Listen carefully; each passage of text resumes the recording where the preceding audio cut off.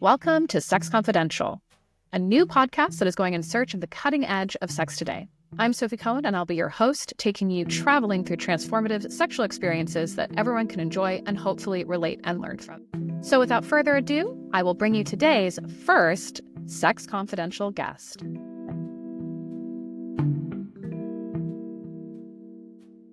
We are here today with my dear friend and the amazing Megan Prescott, who is an actor, writer, and director. She starred as Katie Fitch in the Channel 4 drama Skins. Meg recently took her debut solo, Really Good Exposure, which was at Edinburgh Fringe Festival, and it was awarded Best Fringe Debut, no mean feat.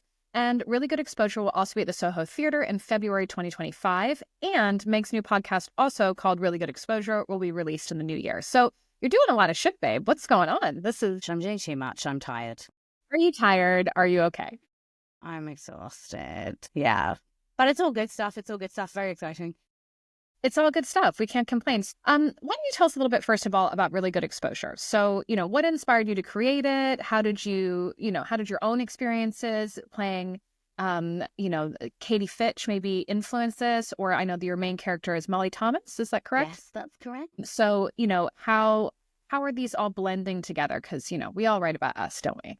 Yeah, there's always coming from some trauma somewhere. So Really Good Exposure was basically, I say to people that it's been like a decade in the making, because it's loosely based on my life and my experiences as both a child actor, but also working in every single type of industry you can possibly imagine. And the parallels that I found in sex work, when that was the industry I was working in, with acting, but also with loads of other types of industries, because I think sex work gets a really bad rep.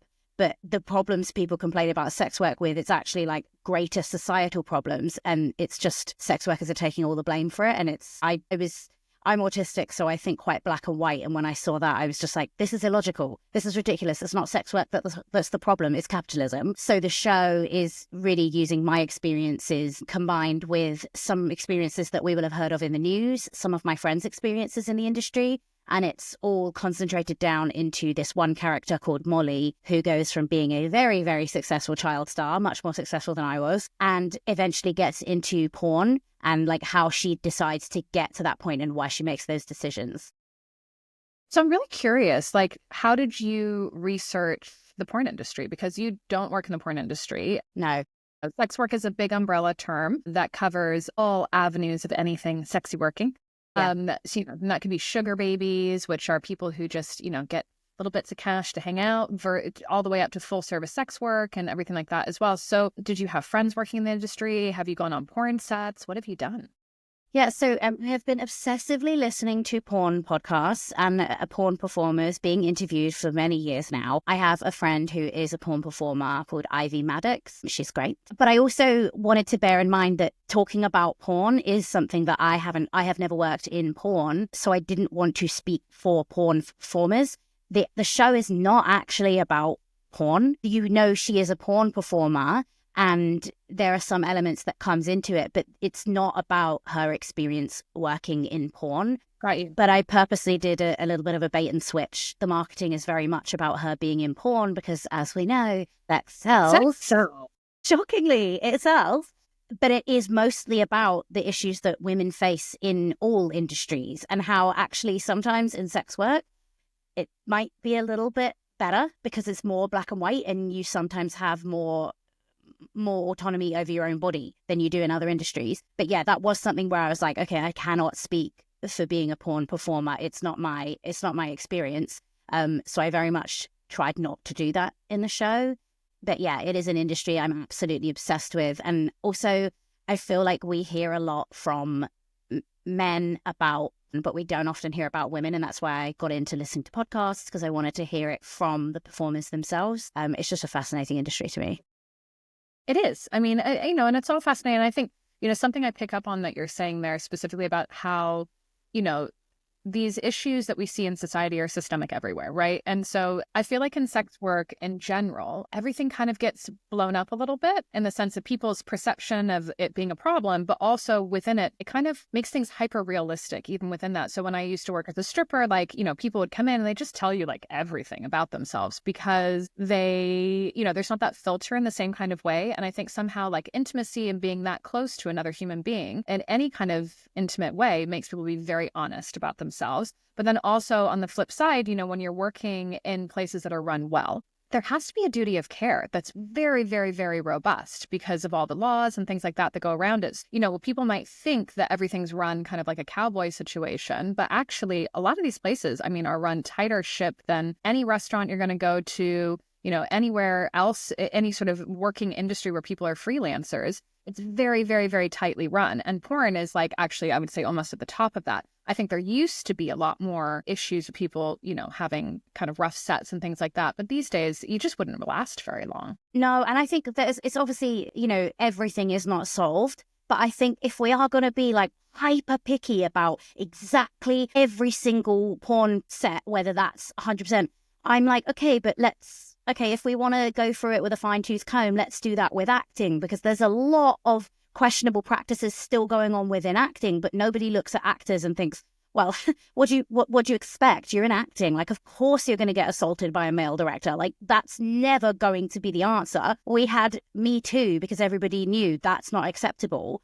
But there's something about it being within sex work where we suddenly turn to victim blaming, and it's no longer the perpetrators of these horrible things that are to blame. It's the people involved. I mean, I think there is that obvious swerve perspective, which is sex worker exclusionary feminist, where it's basically that sex workers are the culprits to all sexual assault that happens to women. And that basically we encourage people to assault real women. And so that tends to be like even if it's kind of internalized and it's not spoken out loud, some people will just say that point blank. And then other people are saying things that are working around the curve of that, you know. And another thing that you will get is people kind of infantilizing you and saying like, oh, we're doing this for your own good. How could you possibly make a decision of your own body? I mean, absolutely. But, you know, and this is something that's happened to women who were sexually free for thousands of years, you know. And so when we go back to times where women didn't have as much autonomy and, you know, there weren't laws that were protecting them to be able to protect themselves, you just put in an asylum, you know, like that was the way of dealing with it. And it was, once again, this is a hysterical woman. She doesn't know what she wants, you know, and that would be if you wanted anything that was outside the heteronormative, get married and have babies. It would be if you were upset at not having orgasms, your fault. Definitely put her away. It would be if you were a sex worker, absolutely, you'd be put into prison or into an asylum, your choice, lucky dip.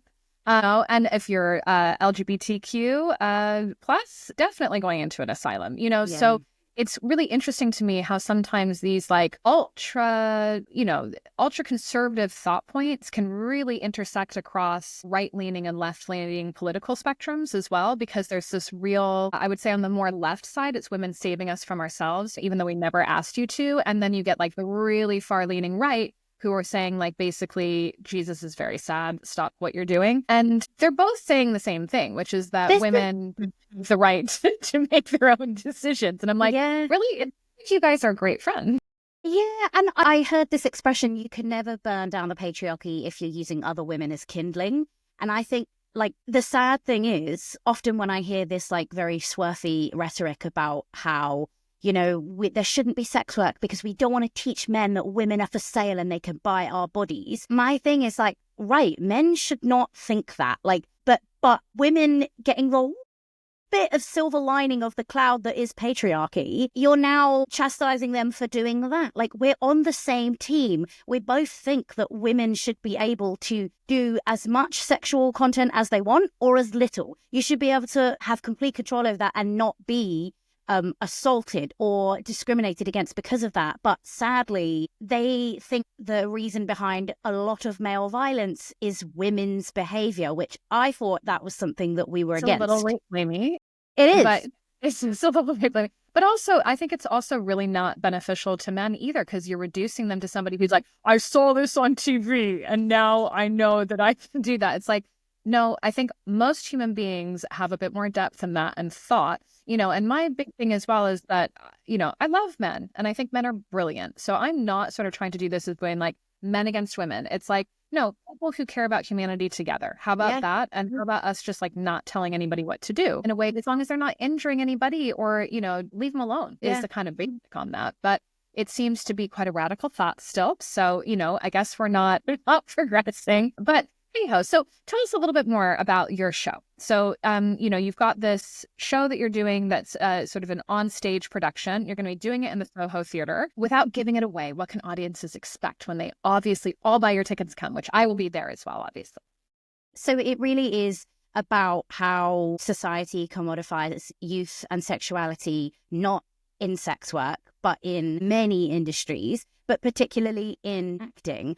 I found a lot when I was a child actor, and after I did a very big show when I was 16, there was a decade where I barely got any acting work because right after the show, people were like, oh, well, no, we don't want our show to be about that. Our show's not about skins. We want it to be a new thing. You remind people of skins. And then after a few years, it was like, well, you haven't done anything in a couple of years. So why would we hire you? So that decade, I spent desperately trying to keep in the acting industry. But as with all creative freelance work, it is almost impossible if you don't come from extreme privilege. And I'm not saying that I was hard done by any means. I did not grow up disadvantaged, but even I couldn't afford to stay in the industry. I had to have every side hustle job known to man.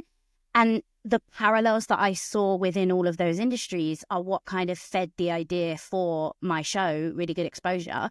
And it is about how this girl, Molly, her career peaks at like 17. And then after that, it's like, that's the industry has used her and now it is no longer supporting her. They don't want her because she's essentially like used up.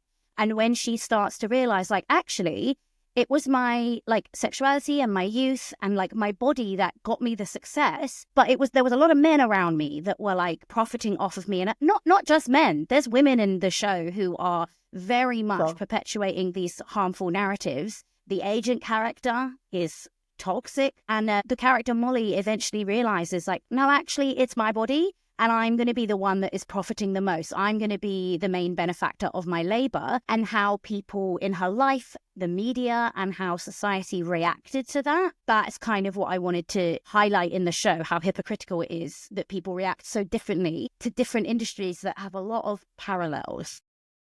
Absolutely. And I think that in general, being a young woman in any kind of entertainment industry, and I would look at sex work as just an extension of the entertainment industry. Yeah, absolutely. So it's hard. It's hard to navigate. It's hard for young boys as well. And I think just, when you're a new person or a young person to something that is so based on what you look like and literally you as a person, it can be pretty challenging, I think, to kind of work out how exactly am I supposed to navigate this, taking people at face value. And I have to say, like, my years of working in strip clubs and working as a pro dominatrix and things like that, it gave me quite a great ability to be able to read a room really quickly. Because if I'm not able to do that, I'm just not going to make any money.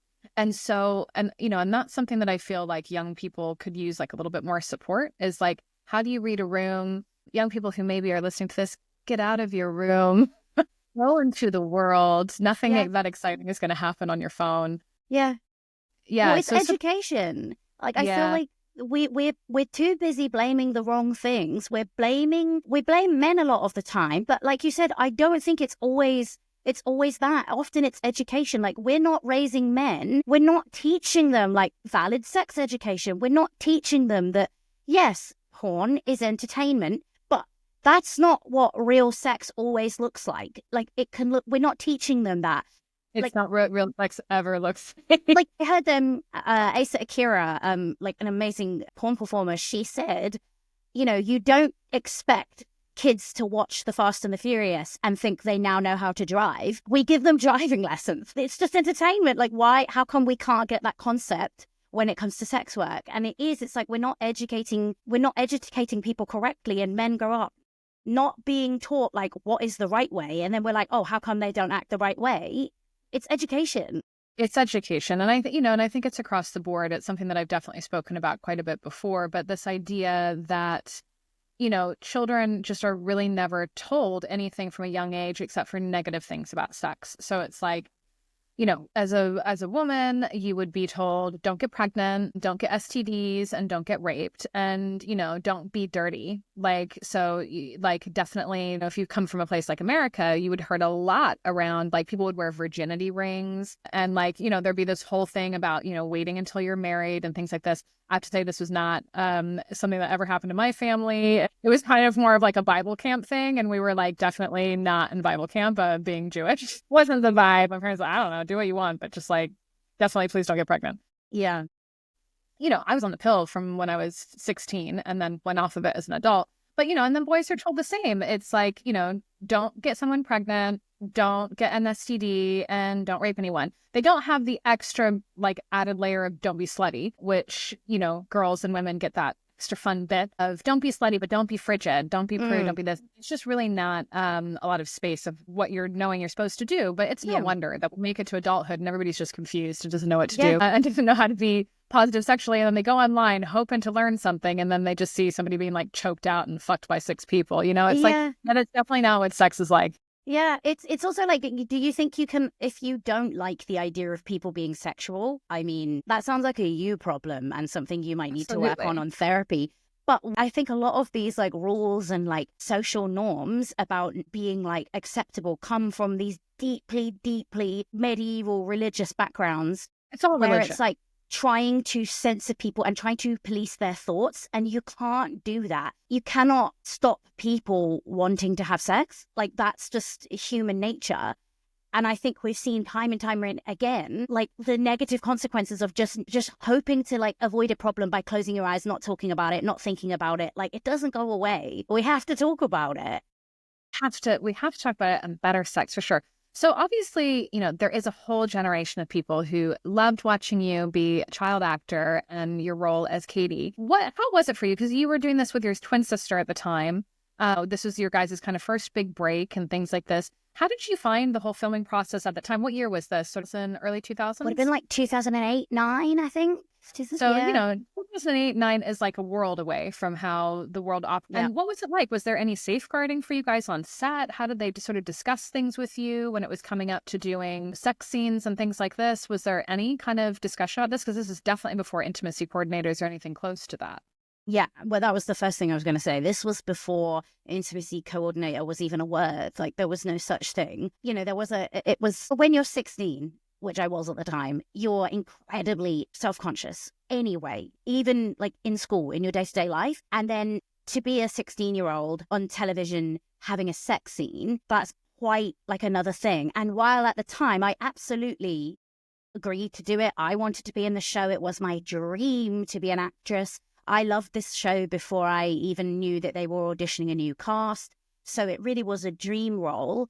And I would have done anything to be on it. But it was, I think now, if the same show was made, there would have to be a lot of changes. I think discussions around intimacy, there would have to be intimacy coordinators nowadays. I don't think you could do it with people that young nowadays. And I don't think you would need to. There are people who are in their 20s who look 16. You don't need a real 16-year-old. And also, who wants to deal with 16-year-olds? Yeah, I was on set recently for my lovely friend Jordan Gray's show, and they had a woman who is 19 years old, and she plays 12, and she looks 12. And you're like, this is amazing. You can hire actors who are grown-ups who look 12. Yeah. And also, I'm not being funny, but like, we were 16-year-olds. Like, luckily I was again autistic, so I was very like, right, these are my lines, I have to learn them, I'm going to do this, I'm going to exercise every day, like very, very militant about it. But most 16-year-olds would understandably not be like that. Like, they're not great to work with. Like, I find it interesting that there are child labor laws. Like, it is illegal to have child labor in almost every single industry except entertainment. It's wild to me that it's so acceptable. But yeah, I think there obviously were lots of laws about how many hours we could work, but because we were in that sweet spot of over 16, but not over 18, we were kind of in a loophole where we didn't need chaperones. We didn't legally need chaperones. I think nowadays you would.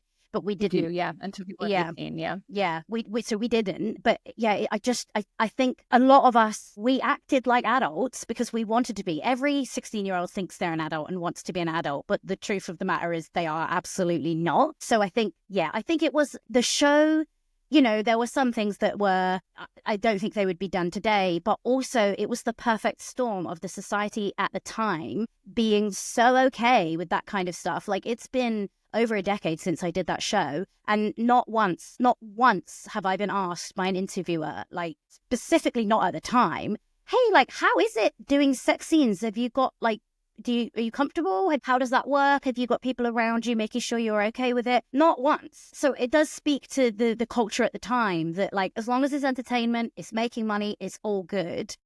So I don't think we can just blame the show, because I think any other show at that same time would have had similar things going on. I mean, it was definitely part of the culture. And, and this is the time where Russell Brand was like the biggest, the biggest guy. Me. And you were interviewed by Russell Brand? Yeah, so back in the day when Skins had just come out, that was peak Russell Brand fame.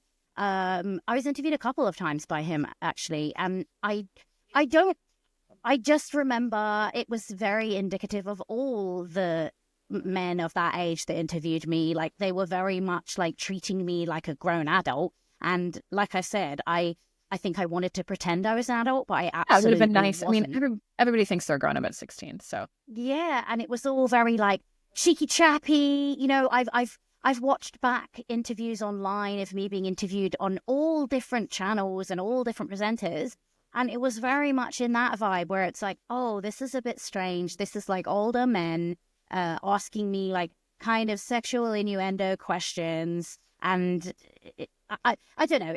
There was nothing that specifically stood out to me as him being different to any other interviewers. But I do remember being in all interviews a bit uncomfortable because I was like, I feel like I'm not what they want me to be, and I don't know how to behave in this situation. But it was very much the era of like cheeky, funny guy who, your mum would like, but makes women uncomfortable. I mean, I sort of, because I think I probably lean more onto the side of like, we're all grown-ups, it's fine. I mean, you were not a grown-up, so totally different. But like, I think on Instagram, they had like a little thing for, it was like a montage of all the things that men said to female guests on different talk shows. And you had like Chris Evans trying to get Posh Spice to, Victoria Beckham. He was like, how much do you weigh? And like trying to get her to stand on a scale. People after Pamela Anderson had the sex tape stolen out of her house, like the way that they treated her on that. But it was just this like litany of things again and again and again of seeing how people were talking to it. And I was just like,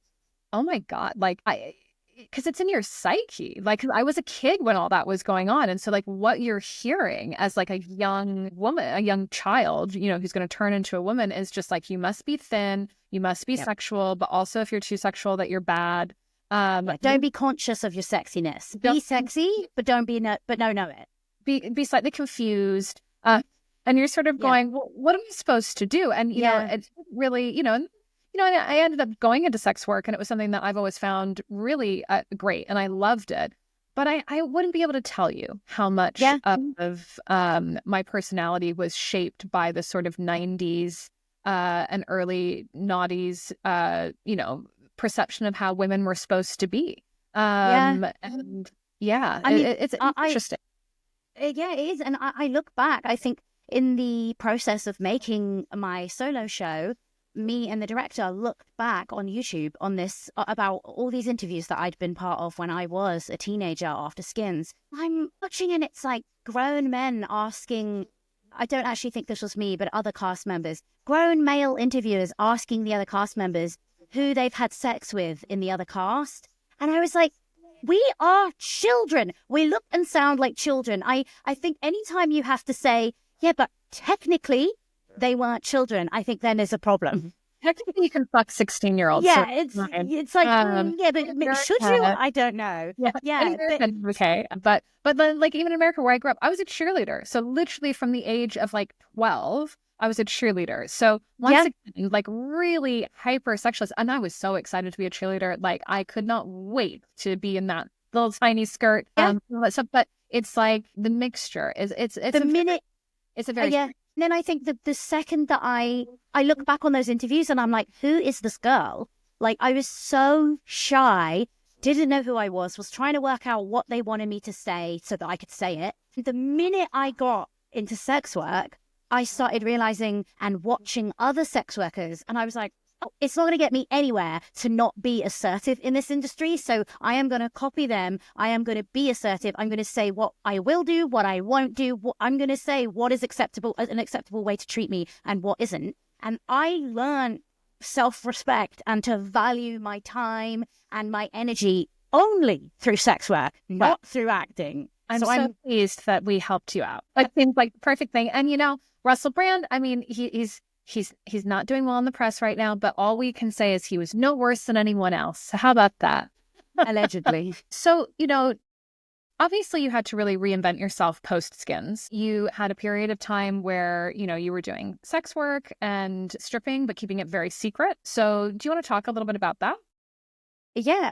So like I said, there was that decade after Skins where my acting career was not taking off, and I was desperate to stay in it. But acting, it's lots of last minute auditions. So you can't really have like a full-time job because they're going to tell you to fuck off if you say, right, tomorrow I can't come in because I've got an audition. So I was doing like bar work. I worked at a chocolate factory at one point. I was a gin distillery tour guide. And like it got to the point where I was absolutely exhausted doing bar work. I was working, 12-hour shifts, 6 days a week, absolutely shattered. And then any auditions I did still go to, I was probably shit because I was exhausted. It doesn't like fuel your creativity to be treated like shit all day at Weatherspoons. And I have a friend who said to me, Meg, what are you doing? Like, she had been stripping for years, and she was like, you could absolutely make at least the same amount of money that you're making in a week doing bartending. You could make it in a few nights at a strip club. And old men are already wanking to your clips on TV. Like, you've done a sex scene on TV. Like, that ship has sailed. So why aren't you cashing in on this? You're leaving money on the table. And so I was like, yeah, you know what, fine. Started working at a strip club. Actually, it wasn't perfect, but I actually really enjoyed it. And it taught me a sense of like, actually, I can say no to that if I don't want to. I can get security to kick you the fuck out if I don't like the way you're talking to me. Or if you touch me and I haven't said you can, you're out. And I never felt like that when I was bartending or in many other side jobs I've had.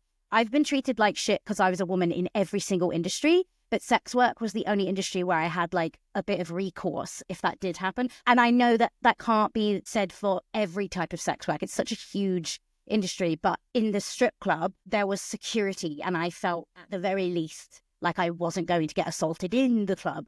And I have been assaulted when I was a bartender. Yeah. And, this is the thing as well, like, as we were talking about, so in England, you need something called an SEV, which is a sexual entertainment venue license. And so this is a very specific, very expensive license that you have to have, and you will lose your license if you are sort of going against certain protocols. Now, of course, people are going to push the envelope, and some places are not going to operate as well. But generally speaking, it doesn't really impact in the same way us. It's more like maybe they're allowing women to get away with more than you're legally supposed to, but it's not allowing your dancers to actually be openly assaulted.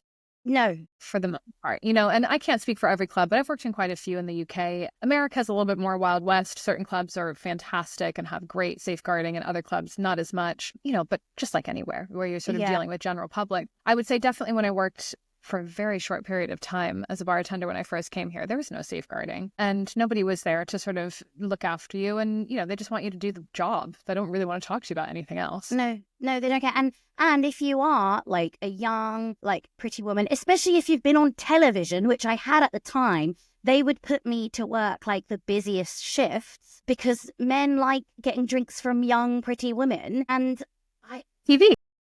And who've been on TV, and they would expect me to kind of flirt with them or at least accept their flirtations. But I was so like, oh my God, no. But my manager used to have a go at me because she was like, no, you can't tell them to stop saying things like that. You have to be nice. And I was like, no, well, then I need to be paid more. I'm not going to pretend I fancy these people. That's not what I'm being paid to do. I'm being paid to pour a pint. I'll do that. For, at the time, it was £6.15 an hour. That was the minimum wage. So literally what you're paid to do is pretend you fancy people as a stripper. So, and you get paid a lot more. Totally. Exactly. Like, I can do it. Yeah, I'm just not doing it for free. That's totally fair. So how did you kind of move more? Because now these days, I mean, your show in Fringe was a one-woman show, right? So you play all the different characters, like little schizophrenic. Well, I only play one because in my mind, I was like, oh my God, I don't think I can do one of those solo shows where they like switch the characters. So I actually, much to my producer and director's chagrin, I got voiceovers of all the other characters. So the sound designer had a bit of a task. All I've seen is like you show me some little pictures of it, and I've been waiting to come and see it because I couldn't make it to Fringe. And so, but I know it was just you on stage. Oh, that's really clever to do it with sound. Okay, very cool. Yeah. It kind of gives it like some different depth of things happening. Yeah. And these days you do, you direct, you write, you're sort of doing all these types of things. So how did you kind of transition into that direction? Are you finding that gives you a little bit more of a voice, the way that you want it to be? Yeah. So I think after like many years after I finished Skins, I started to realize that the reason I wasn't being like creatively fulfilled was not only because I wasn't getting acting work, but I always felt like I always wanted to tell stories, and I felt like acting was the way to do that. But then having such a big job so young, you kind of realize like, oh, I'm not telling the story. I'm telling someone else's story. And a lot of the time, I didn't even think the story was worth telling. Not with Skins, but I've seen so many audition scripts that I've been like, what? How did this show get commissioned? How is this getting made? And eventually I was like, you know what? I'm just going to try and write myself. I'd like to write a story. And I had the amazing opportunity to get to work as part of Soho Writers Labs in 2020 and the Bush Theatre's Writer Labs, which train you up, new writers train you up on how to write theatre. And I also interned at Balloon Entertainment, which was the creator of Skins. That's his production company. And so I really had like a crash course in TV development, like story development, not just acting. And I realized like, oh my God, this is more me. This is storytelling. I have so much more control in development than I do as just an actor. And I know that you can have more control. And when I did my solo show, obviously I wrote it and I was the only character in it. So I did feel like I was telling a story, but I often wasn't getting that before with acting. And with directing as well, I just feel like my mind is so visual that finding a job like directing, I was like, oh, I didn't, and I think it's imposter syndrome. You just assume you can't do something. But then I've been on sets for so many years. I finished my director's training at NFTS a couple of years ago. And I was like, oh, I actually can do this. I actually know a lot of this stuff because I've been on sets since I was 15. Yeah, I mean, you're going to have a huge head start. And it's so much fun. And it finally felt like a job that the way my brain works suits those jobs. Whereas every other type of job I've had, I've been like, I feel like I'm trying to get a round brain into a square box or whatever that expression is. But yeah, getting my autism diagnosis really did help me realize like, okay, I am destined for creative freelance work. And as much as I love acting, the industry, I can't work it out. It's a lot of trying to read people, and a lot of people are pretending certain things and they say one thing and they mean another. And for me, it was just living in LA for a year and trying to act really solidified the fact that I was like, oh, I love acting, can't deal with the industry. So at the moment you do OnlyFans, correct? Yes. So do you want to give a shout out for your OnlyFans so people can follow you there? Yes, my OnlyFans is at Megatron, but it's Megartron. So not the robot. Notes as well. But and you do and this has been something that you actually have found as far as the avenue of different types of sex work. This has worked much better for you because you can structure it out and you can schedule things. Yeah, and they can't see your face when you're typing. I think it's my idea of hell. I can't, I have to be in front of people and be around humans and be able to try and read the energy of a room. And I feel like we couldn't be further afield from how we sounds awful. But that's exactly it. OnlyFans was, it's not perfect. There are some issues, but it was a godsend. I had no money. It was the very beginning of the pandemic. My boss at the 0-hour contract job I had wouldn't furlough us. And I was like, I have a few £100s in my bank and I'm not going to be able to pay my rent. And the same friend who told me I should start stripping suggested that I try out OnlyFans. The very mutual friend of both of our. She has been your sexy guru. She advised me to do that. And she, again, same rhetoric. She was like, there are already people looking at clips of you online and wanking over them, and you're just not getting a cut. So you really need to do this. And I found, because I wasn't a very good stripper, I really wasn't. I was so bad at pretending that I was interested in people that I wasn't. And I just couldn't do business side of it like in real time. When I have a minute to think and I can type out a response, I'm brilliant. But on the spot, I'm not so great. Like, I wasn't very good. So I assumed I wouldn't be very good at OnlyFans. But you have a minute to plan out. You can schedule things. You can do things much more to your own time. Like, stripping is almost an entirely nocturnal job, which does not work for me. Like, it was really difficult. It was so hard for me. And now OnlyFans, I can schedule messages to go out all through the night if I want. It's perfect for me. And like you said, some people, that's their idea of hell, like trying to arrange that and organize all that. But then it's great. That's the beauty of sex work. There's a type of sex work for everyone. Everyone. There is something out there for everyone. If you're listening to this and thinking, I would love to not look at faces or speak to anyone, then, this is the game for you. So you've got a podcast that's going to be coming out in the new year, which is also called Really Good Exposure, which is such a great name. And I mean, because it's also, I love the double entendre in there of exposing oneself and also people being like, this is going to be such good exposure for you. And you're like, thanks, pay me. Cool. So what can people expect from your podcast? What's going to be on there? More of something like fabulous voice. So the podcast is it's been interviewing so far women in my life that I know or friends of friends who do all different types of work. It's not just one form of person that I'm talking to. I ask them all pretty similar questions about life lessons that they've learned through their work, what they would tell their younger self, the things they love about their job, the things they don't like about their job. And I think it's kind of just a way to show people that there are issues in the workforce, absolutely, but they're in every workforce. They might be in different amounts in different workplaces, but a lot of the problems we face are because of capitalism, not because of inherently the work being bad. And instead of blaming individual people, blame structure, blame oppressive structures. And also, I just wanted to speak to people in different industries because even though I've had a bunch of weird and strange jobs, I haven't spoken to someone very much who's, for example, like a midwife, which is also a very gendered type of labor. There's probably a lot that they have to do every day that I have no idea about. But speaking to them about like the types of things they love about their job and the types of things they don't like, you'd be really surprised by how many different forms of labor have like correlating things in them.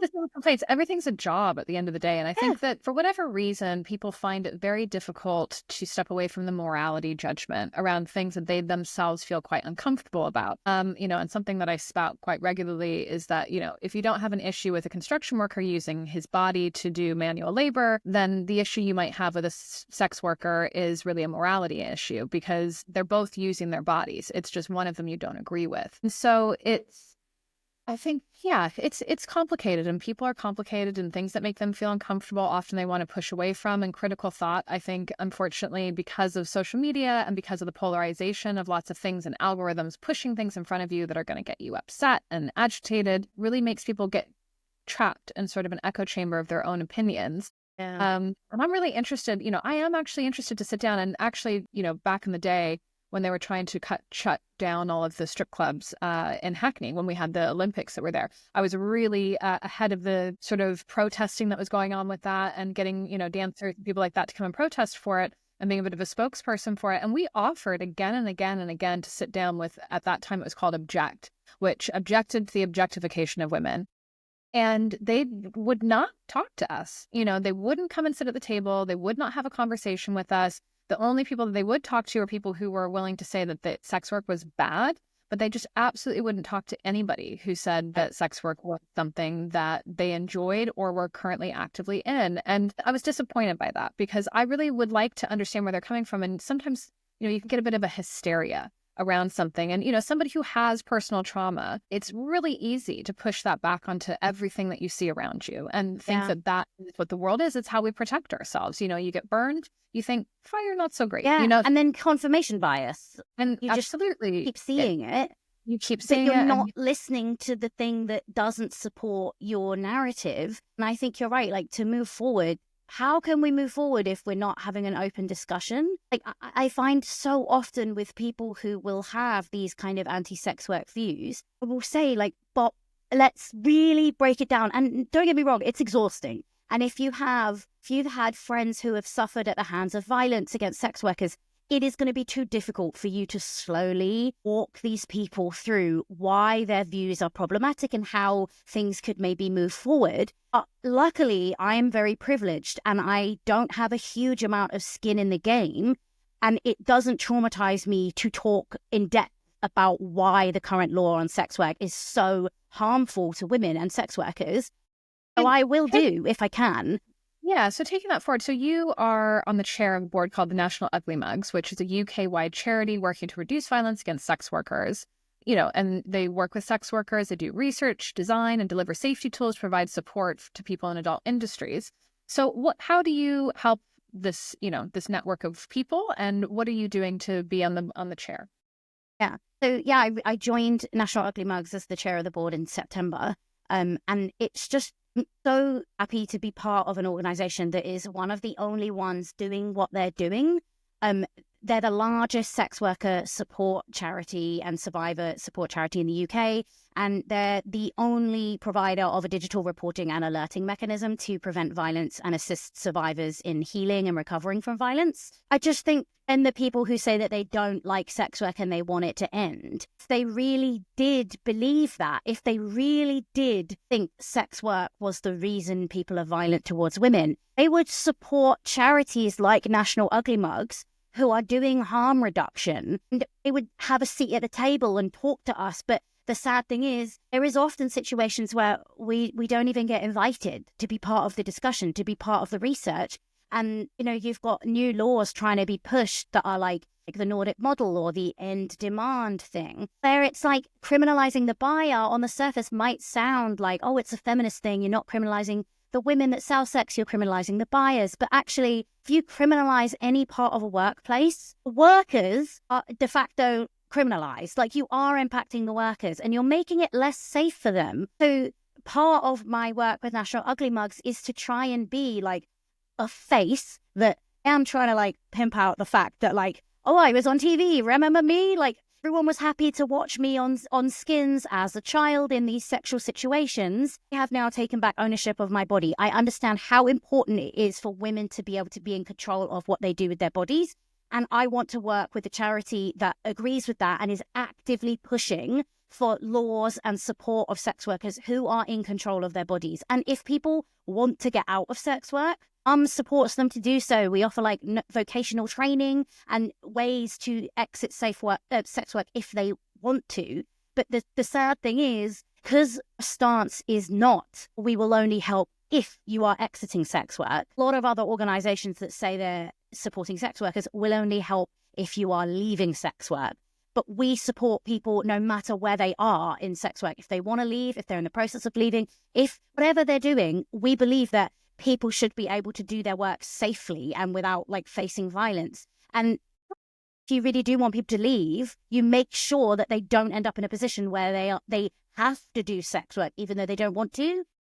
I mean, I always find it quite interesting. Let's maybe not say funny, because it's not really funny, but interesting that a lot of times as well, when you come to that kind of more liberal female perspective on this, it will kind of be like, well, these women need to do something else. And it's like, please name me one other industry that you can walk into and make the same money as somebody who has gotten a Cambridge degree, because I can't name any other one. So the bit where you go, we'll save you and we'll get you a job working at McDonald's, that hasn't really helped. And what you've said is stay poor, but not gross, because we don't like lucky, gross people who do things that we don't feel comfortable with. But we're very happy for you to be working in an environment that you have no say about whatsoever, exhausting hours, and you're going to be really socioeconomically at the bottom of the pile again. So, and it's quite an interesting quandary, but these are the things that, rather than sort of pointing fingers and being like, you have a problem with, it's sort of like, these are the questions that I like to propose to somebody is like, what about that is helpful? Like how is that helpful? It's maybe helpful to how you feel, but how is that factually helpful to somebody's actual world? And, I think these conversations can be very helpful in that, to maybe hear different perspectives. And I'm always saying anybody who has a different point of view, I'm always happy to sit at the table and have a conversation as long as it's respectful and we can respectfully disagree with each other. But aside from that, so you've got your live show coming up at Soho. What else is going on for you? What's next for the Megan Prescott? We've got the 5 shows of Really Good Exposure in February at Soho Theatre on the 17th and 18th. Tickets are available. Get them now. We'll put them in the show notes. Thank you. I've got the podcast coming out in January, and then I'm also filming a short film, which will be my first solo directed short. Amazing. So it will be hard. You were in my short and you were fabulous in my short, and it's in the festival circuit. So, obviously always reach out if you need short support. I need short support. Yeah, everything I've heard about making a short sounds absolutely terrifying, but I'm going to do it. It's going to be based on the themes that were in the show, Really Good Exposure. And that is going to act as kind of a proof of concept I'm writing a treatment for a television version of the show, because the show was always, it's about the TV industry. My background is TV. My background in writing is TV, needs to live on television. And I think that I really want it to be on TV because that is how you get it into most people's lives. It's great to have theatre. It's great to have, it's great to have things like that. But a lot of the thing about theatre is that it is quite inaccessible financially and even logistically for a lot of people. If you're not in London or Edinburgh, and if you don't have £30+ sometimes to go see a theatre show, you can't see it. So I would really like to have something that is more widely available that talks about the themes in the show. There's a really interesting book that's called Revenge of the Tipping Point, and he talks all about sort of zeitheists and how things happen. And one of the bits that he was talking about in there was how if you want to know people's opinions about certain things politically or moral fabric of society, you would do better to understand what TV shows they watch and how they're going to vote or think about something than you would be to sort of go with actually what their political affiliation is. Because sometimes people will always vote, American, they're always going to vote, Democrat or Republican, or over here, Tories or Labor, and never really much in between. But on the individual issues, when you have something come up like gay marriage or sex work or things like this, the things that will really change people's minds are TV shows, humanization, and the things that they watch in movies and art, And so as much as these things can be put into a frivolous bracket, I think it's a highly important way to show the lives of others and make people see that we're not so different from them. So you're doing God's work. We're back to Jesus. It is exactly what you said. It's humanization. I think, we've recently welcomed Megan Hansen as an ambassador of National Ugly Mugs. And she has been very vocal about being a sex worker. She was stripping. She now is one of the top earners on OnlyFans. And she went on Love Island. And that is how the nation knows her, because Love Island is the #1 show. Everybody watches Love Island in the UK and in America. And she was in everybody's living room looking really hot in a bikini. There were a lot of people, execs, making money off of Love Island. And then when she got off, she was like, yeah, my OnlyFans money exploded. And people were in uproar, but it's like, yes, but he was making money off of being hot on TV.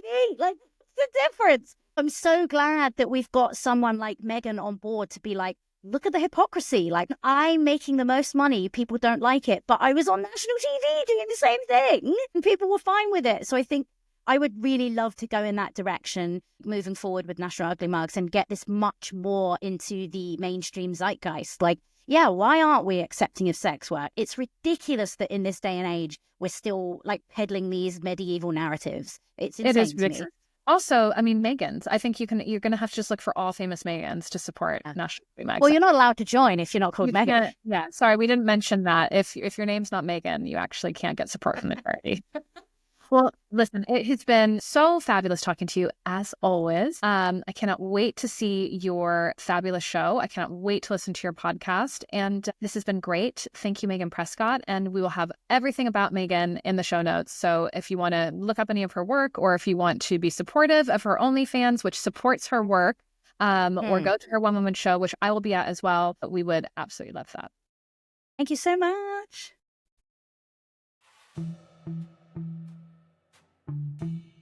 Today's podcast has been brought to you by The Book of Man.